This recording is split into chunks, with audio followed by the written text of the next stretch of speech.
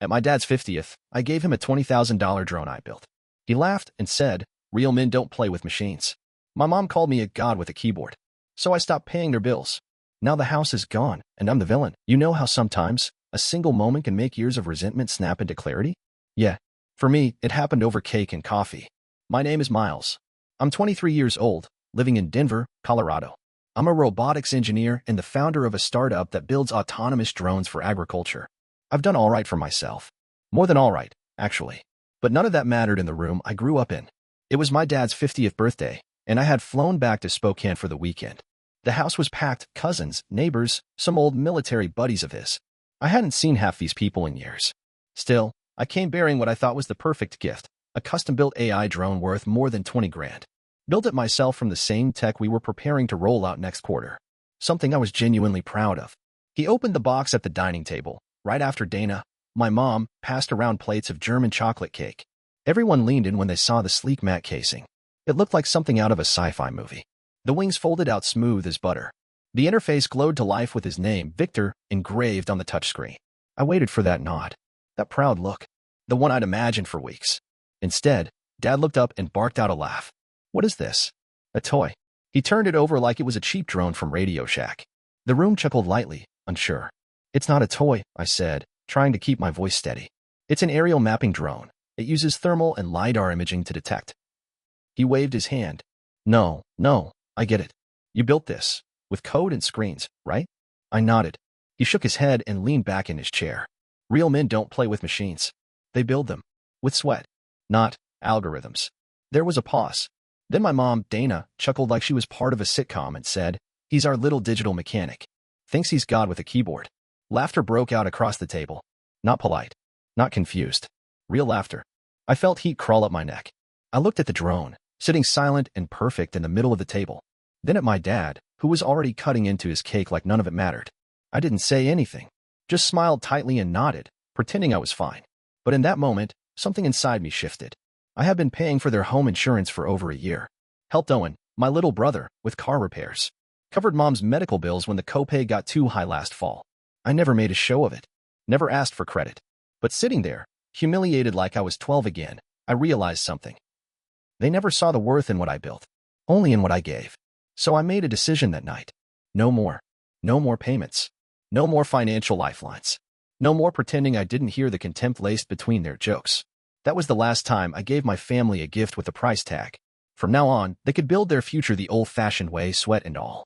The first bill I didn't pay was the gas. It was only $90. Barely a blip to me, but I'd been covering it for almost a year without a single thank you. So I stopped. Then I skipped the grocery reimbursement I usually Venmo'd Mom every other week. Let her figure it out. A week later, I got a text from Owen. "Hey man, Dad said the furnace shut off. You know anything about that?" I left it on read. Then the call started. First Mom, then Owen, then Dad. I ignored all of them. I was neck-deep in code, fixing bugs for a major beta release. But even if I wasn't, I wouldn't have answered. I was done pretending my time and money weren't being drained out like a busted pipe no one wanted to fix. By the third voicemail from Dad, his tone had shifted from confused to pissed. "You can't just ghost your family, Miles. We're not some strangers off the street. Call me back." Still didn't respond. But eventually, curiosity got the better of me. One night, a week or so later, I picked up when he called. Just to see what he'd say. About time, he snapped as soon as I said hello. "What the hell's going on?" Dana's been juggling bills like she's back in her 20s. Owen had to borrow from his girlfriend's dad for gas money. "You think this is funny?" I stayed quiet for a beat. Then I said, "I think it's interesting. How fast things fall apart when the family ATM goes offline." There was silence on the other end. "You want to explain what that means?" I stood up and paced my apartment. My high-rise looked out over downtown Denver, clean, bright, quiet. 100 miles away from their suburban chaos. "I've been paying your utilities, your groceries, the car insurance on that busted Oldsmobile you refused to replace. I've been plugging holes in your lives for the past 3 years, and all I ever got in return was sarcasm and ridicule." "Don't start this crap," he barked. "You think money's all that matters?" "No," I said. "But apparently it's the only part of me you've ever respected." Quietly. Behind my back. To my face, I'm just the soft kid with a god complex, remember? "You're acting high and mighty right now, Miles. Just because you've got some tech toys and a fancy job doesn't mean you get to lecture us on how to be a family." I laughed, bitter and sharp. "No, I guess that's your job. With your real men sweat speeches and your righteous tone every time you dismiss the work I do. He went quiet again. Then he said, low and tight, you're punishing us. No, I said. I'm giving you what you always said you wanted. Independence. From me. And I hung up. I sat down afterward, my hands shaking a little. Not from fear. Not even anger. Just clarity. They never respected what I did, only what I gave. And now that I'd stopped giving, the truth was out in the open. Love, in our family, had always been conditional. I just never wanted to believe it until now. It was a Thursday night when he showed up. I was in my apartment, headphones on, debugging a drone navigation script. The sun had just dipped behind the skyline when my building security called up. There's a man here saying he's your father, the guard said. Wants to come up. Should I send him away? I should have said yes. I should have told them to escort him out and blacklist him from the visitor list. But something in me wanted to see what he'd say face to face, without the buffer of phone signals and voicemail. Let him up, I said. 2 minutes later, there was a knock at my door. I opened it to find Victor Turner, my father, standing in a stiff leather jacket, his mouth set in a line. He looked smaller than I remembered. Older. Not fragile, but cracked around the edges. Nice place, he said, stepping inside without waiting for an invitation. Didn't know you were living in a damn glass tower? I earned it, I said, shutting the door behind him. He walked to the floor-to-ceiling window and looked out at the city. All this from those little robots, huh? I didn't answer. He turned around, crossed his arms. I didn't come here to fight. Then why are you here? Because family doesn't quit on family. You don't just pull the plug and walk away like nothing happened. No, I said, walking past him toward the kitchen. You do that with your words. At your birthday. In front of every relative we've ever had. His mouth twitched. I was joking. No, you were reminding everyone where I sit in the hierarchy. Below the mechanics and above the freeloaders. Somewhere near the bottom. I built this family, he said sharply, stepping closer. With my hands. With busted knuckles and 18-hour shifts. You think you're better than that? I looked him dead in the eyes. No, I said. I think I'm different. And I think that scares the hell out of you. The silence stretched for a second too long. You can't stand that I made something from code and coffee instead of tools and sweat. That I out-earned you before I turned 24. That the kid you called soft and spoiled turned out to be the one holding this whole family together. He didn't deny it. Instead, he looked away and muttered, I just can't. I can't stand watching my own son surpass me. There it was. Not anger. Not pride. Just raw resentment. I felt something break loose in my chest. I wasn't sad anymore. I wasn't confused. I was done. You know what, Dad? I said quietly. I'm not your competitor. I never was. But you made me feel like I had to earn everything twice, once to get it, and again to justify it to you. He sat down heavily on one of my bar stools. What do you want from me? He asked, almost like he didn't know anymore. I leaned forward, resting my hands on the counter between us. I want accountability. You want me to keep the house afloat? Then I want names on documents. I want a plan. I want to know I'm not just shoveling money into a pit while you call me weak behind my back. He blinked, stunned. No more handouts, I said. You want the mortgage covered? We write it up. You miss a payment, I stop. You forge anything, we're done. He nodded slowly, like the weight of it was starting to sink in. Like maybe, for the first time, he wasn't the one in control anymore. I'll talk to your mother, he mumbled. We'll get it straight. You better, I said. Because next time you show up here without an appointment, you're not getting past the lobby. I opened the door. He stood, walked past me, and paused on the threshold. You think this is going to fix things? He asked. No, I said. But it'll stop the bleeding. And I closed the door behind him. The call came on a Sunday morning. I was still in bed, half awake, listening to the quiet hum of the city below when my phone lit up with a familiar name, Mom. I let it ring once. Twice. I almost ignored it like I had before. But something told me to pick up. Hello. Her voice came through low and weary. Miles. Mom. There was a pause, long enough to feel rehearsed. Your father's not doing well, she said. The doctor says he's developing heart issues. The stress is eating him alive. And with the mortgage, we're in real trouble. I stayed quiet. We're behind, she went on, her voice softening into that guilt-laced warmth she always used when she wanted something. If we miss another payment, we're going to lose the house.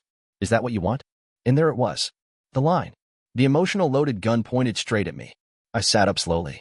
My apartment was filled with light, warm and clean, nothing like the cluttered house I grew up in. I could smell coffee brewing in the kitchen. A reminder that my life was mine now. Maybe, I said calmly, now he gets to prove how real men endure. Her silence was instant. Then a sharp breath through the receiver. Jesus, Miles. Do you hear yourself? I do, I said. Clearer than ever. How can you be so cruel? She said, her voice shaking now. That's your father.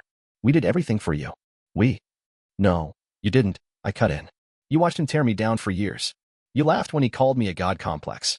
You smiled when he humiliated me in front of the whole family like it was just tradition. That's not fair. It's exactly fair, I said. Because I learned it from you. Her breath caught. I stood up and walked toward the window. The view stretched for miles, cranes, glass towers, tech offices, all the things they said would never last. All the things they said weren't real work. I used to think I was cruel, I said quietly, just for wanting space. Just for needing boundaries. But now? I think I was just surviving. Miles, we're family. No, I said.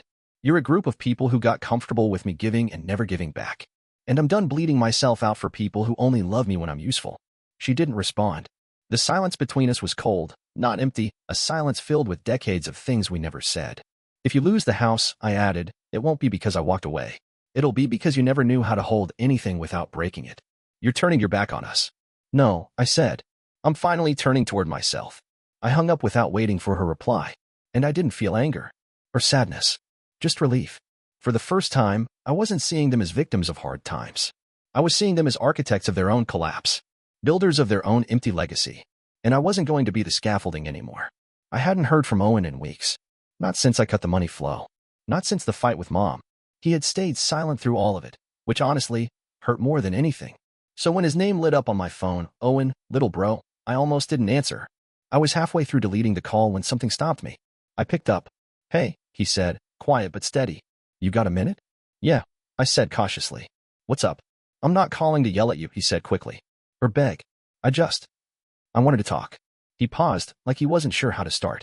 You know the house is on the line, he said finally. And I know you're not paying for it anymore. I get it. I do. I wouldn't either, after what happened. I didn't say anything. He kept going. I scraped together what I could. Sold my bike. Some camera gear. I've got about $2,000. It's not much, but maybe we could. I don't know. Put it toward catching up. Just enough to stall the bank. I blinked. Owen, what are you trying to do here? He laughed, but there wasn't any joy in it. I'm not trying to fix them. I gave up on that years ago. I don't want to lose the house. Not for them. For us. That hit harder than I expected. He went on, voice lower now. Remember when we built that stupid hovercraft in the garage? Took 3 weeks and 39 zip ties. And half of Dad's leaf blower, I said, the memory sneaking a smile out of me. Yeah, he said, laughing softly. And when we rigged the storm shelter so we could hide comics and flashlights in there? That summer we got caught sneaking Oreos down there and blamed it on raccoons, I added. Exactly, he said. That house, it's where we had all that. Before everything got so damn heavy.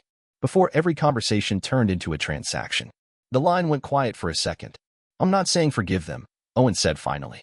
Hell, I don't even know if I have. I just don't want us to lose the only place that ever felt like it belonged to us. I let out a slow breath. He wasn't trying to manipulate me. He wasn't pretending our parents didn't suck. He was just holding on to one last piece of something that used to matter. I'll help, I said. But it's a loan. One time. Legal paperwork. No more trust. Yeah, he said instantly. I figured you'd say that. I already called a friend of mine from college. He's a paralegal now. Said he could draw something up. I paused. You already made the paperwork? Well, kind of. I was hoping you'd say yes. I figured if I came at you with feelings, you'd hang up. I laughed. Smart. I try. A long pause hung between us. Thanks, he said finally. Not for the money. For not cutting me out. You didn't laugh? I said. That night with the drone, you didn't laugh. Nope. And for the record, I thought it was badass. I just didn't have the guts to say it out loud. You just did. He chuckled. Yeah, well, I'm working on that. We agreed to meet later that week at a neutral office to sign the documents and transfer the funds. It wasn't reconciliation. It wasn't healing. But it was something real. And for once, in all the mess and wreckage, that felt like enough. We met at a small legal firm Owen had found, neutral territory. Beige walls, fluorescent lighting, quiet enough that even a cough echoed. I got there first. The receptionist offered me water. I declined. My stomach was already tight. Owen arrived right on time, wearing a button-up I'd never seen before. He looked nervous, but steady. A few minutes later, the door creaked open again. Dana walked in first, followed by Victor. She wore sunglasses indoors, like it might shield her from what was about to happen. Dad looked like he hadn't slept in days. Nice building, he muttered, glancing around like it offended him to be somewhere clean and professional. I didn't pick it for the scenery, I said. We sat around a conference table, me on one side, them on the other. Owen sat in the middle, folding and unfolding a napkin from the waiting room. The firm's paralegal, a sharp guy named Colin, passed out the paperwork. A formal loan agreement, $22,000. Structured payments, late penalties, legal recourse. Victor scanned the pages like they were written in a foreign language. This is excessive, he muttered. It's standard, I said. You want the help? You sign. Dana looked at me like I'd kicked a puppy. Miles, honey, she said, using that sing-song voice she saved for holidays and manipulations. We're not strangers. We're your parents. No, I said. You're borrowers. Today, that's all you are. She recoiled slightly, then turned to Owen. You're okay with this? Owen just nodded. Yeah, Mom. I am. Victor sighed, pulled out a pen, and scribbled his name. There, he said. Happy. I'll be happy when the payments show up on time, I replied. Dana signed last, hand trembling just slightly. She didn't say a word after that. Colin collected the documents, scanned them, handed us each a copy. Then he left the room like he wanted nothing to do with the energy still hanging in the air. I pulled out my phone, logged into the bank app, and made the transfer. There, I said. 22,000. It's done. Victor looked at his phone, saw the notification, and leaned back like a weight had been lifted. But not in a grateful way, more like a soldier dodging a bullet. You know, he said slowly, I never thought it had come to this. Paperwork between father and son. You should have thought of that before you made a mockery of the work that paid for this bailout. Dana opened her mouth to speak, but I stood up first. Don't, I said. Don't thank me. Don't try to hug me. Don't pretend this changes anything. I looked at Owen. You and I are good. That's it. He nodded. Understood. And for a moment, something flickered in the room. Not warmth. Not reconciliation. But structure. For the first time, I had given them something not based on guilt or obligation, but on terms. And in that structure, there was something like peace. It didn't feel like family. It felt like a contract. But maybe that's all our relationship had ever been. And maybe, for once, we were all finally honest about it. The first payment was due on the 5th. Nothing came. No transfer. No call. Not even a passive-aggressive text. I gave it a couple of days, thinking maybe they needed time. Maybe the bank had a glitch. Maybe, and I hated myself for even thinking this, maybe they were trying. But then the 10th came. And with it, the excuses. Dana called first. Miles, she said, breathless like she'd jogged to the phone. Sorry we didn't reach out earlier. Your father's been in and out of doctor's appointments. It's been a lot. Okay, I said. So when can I expect the payment? Well, she hesitated. There were some unexpected costs. Prescriptions, follow-ups, and Owen's tuition still looming. We're trying, honey. We really are. I didn't respond. Would you consider giving us a little more time? She asked, syrupy soft. Just this once. You know we're good for it. No, I said flatly. Her voice dropped. Don't be like this. I'm being exactly like the document says, I replied. You remember the document, right? There was a pause, then a sharp shift in tone. Your father is sick, Miles. And you're over here nickel-and-diming your own family like we're strangers. I didn't say anything. Miles, she prompted. Still nothing. Are you seriously not going to respond? I looked out the window, the Denver skyline casting long shadows across my desk. The silence between us stretched, cold and unforgiving. Then I pressed end call. I didn't block her. I didn't yell. I didn't even send a follow-up text. Because what was there to say? They never intended to pay. That was obvious now. The agreement wasn't a reset. It was a delayed tactic. A way to wring one more drop from the son who finally said no. And deep down, they thought I'd cave. Thought the guilt would catch up. Thought I'd hear Dad's sick and Mom's stressed and snap right back into the role of quiet rescuer. But I didn't. Because this wasn't about money anymore. It was about a broken promise, not just legal, but symbolic. They had signed their names, swore they'd show up like grown adults. And the second it got hard, they folded.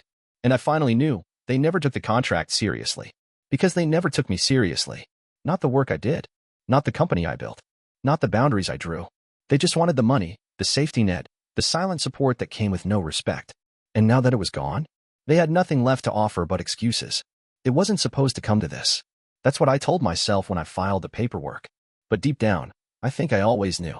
The courtroom was small, one of those county-level civil divisions with beige walls, flickering lights, and folding chairs that looked borrowed from a church basement. It didn't matter. This wasn't about spectacle. This was about making the truth official. Victor showed up in a navy blazer, stiff and a size too tight, like he was trying to squeeze himself back into dignity. Dana came with him, clutching a worn leather purse like a lifeline. Owen sat behind me, silent. He hadn't said much since they stopped paying. I think he was embarrassed, maybe ashamed. Their lawyer tried to spin it. Claimed the payments were delayed because of health problems, that they had no intent to defraud me, and that the contract had been signed under emotional pressure. I didn't flinch. When it was my turn, I stood up and told the truth. Quietly. Clearly. No theatrics. I've supported my family for years, I said. Paid their bills. Fixed their cars. Covered groceries, medical expenses, property taxes. And not once, was I treated with respect for it. I looked straight at the judge. When I finally asked for structure, for accountability, they agreed. They signed a loan contract. And then they broke it. The opposing lawyer stood up. Your Honor, this is a family matter. No, I cut in. It was a family matter. Then it became a legal one. Victor leaned forward, his voice low but venomous. You're really doing this? Dragging your parents into court like criminals? I met his glare without blinking. You stopped being my parents the second you saw me as a wallet instead of a son. He laughed, bitter, ugly. You think you're better than us now? No, I said. I think I'm free. Dana wiped at her eyes with a tissue, her voice cracking. We did our best, Miles. We just wanted what was fair. You wanted what was easy, I said. And when I stopped making it easy, you called me cruel. The judge didn't take long. He ruled in my favor. Breach of contract. Full repayment plus interest. If they couldn't pay, the house would be listed for sale within 60 days. Victor stood there as the ruling was read, his fist clenched at his sides. The lines in his face looked deeper, like something inside him had cracked, but he was too proud to let it show. As the room emptied, he brushed past me, close enough that I could smell his aftershave, the same kind he'd worn when I was a kid. You're not my son, he muttered. I turned, calm as stone. Exactly. He didn't look back. Owen caught my arm as I walked outside. You okay? I nodded. Yeah. Finally. The air outside felt different. Like the courtroom had been a pressure chamber, and now I could finally breathe. I hadn't wanted revenge. I hadn't wanted a scene. But standing there, with the verdict behind me and their power officially severed, I realized what I had really wanted. Closure. Not just legal. Emotional. Final. This was no longer about fixing a broken family. This was about acknowledging that sometimes, the only way forward is to burn the bridge and walk away without looking back. The messages came fast and sour. The day after the verdict, my phone lit up like it was on fire. I didn't even have to open them to know what they said. Just seeing the names was enough. Dana. You've humiliated your father in front of strangers. Hope you're proud. Victor. You'll regret this when you're alone and old and nobody remembers your name. Cousin Jason, who hadn't spoken to me in years, could have handled this in the family. What happened to respect? Mom again. The house is going on the market. Your father won't speak. He hasn't eaten since court. Is that what you wanted? Not a single message said, we were wrong. Not one said, we're sorry. Just bitterness. Accusations. Blame with no reflection. I didn't respond to any of them. I just opened my settings, tapped block contact, and one by one, erased their access to me. Phone. Email. Socials. Done. I wasn't angry anymore. That part had burned out long ago. I was done trying to translate pain into understanding. Done explaining myself. Done holding the rope in a tug-of-war with people who never intended to pull me toward them, only to keep me close enough to use. That weekend, I moved into a new apartment. Smaller, simpler. Still high up, with big windows and quiet mornings. A space that felt like mine, not a showroom for what I had to prove, or a vault empty for someone else's comfort. On the first night, I stood by the glass and looked out over the city.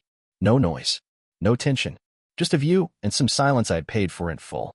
And for the first time, I felt it. Not grief. Not guilt. Peace. It wasn't warm. It wasn't cinematic. It didn't come with music swelling in the background. It just was. I thought about the years I spent patching their lives together with quiet deposits and swallowed anger. The birthdays where I gave more than I got. The holidays where I showed up with gifts and left with bruises I couldn't name. All behind me now. And sure, the cost had been steep. I lost the people who were supposed to love me unconditionally. I had to admit that the ties that bound us were built on need, not respect. But what I gained was freedom. And standing there in the dark, I knew. Whatever came next, it would be mine alone.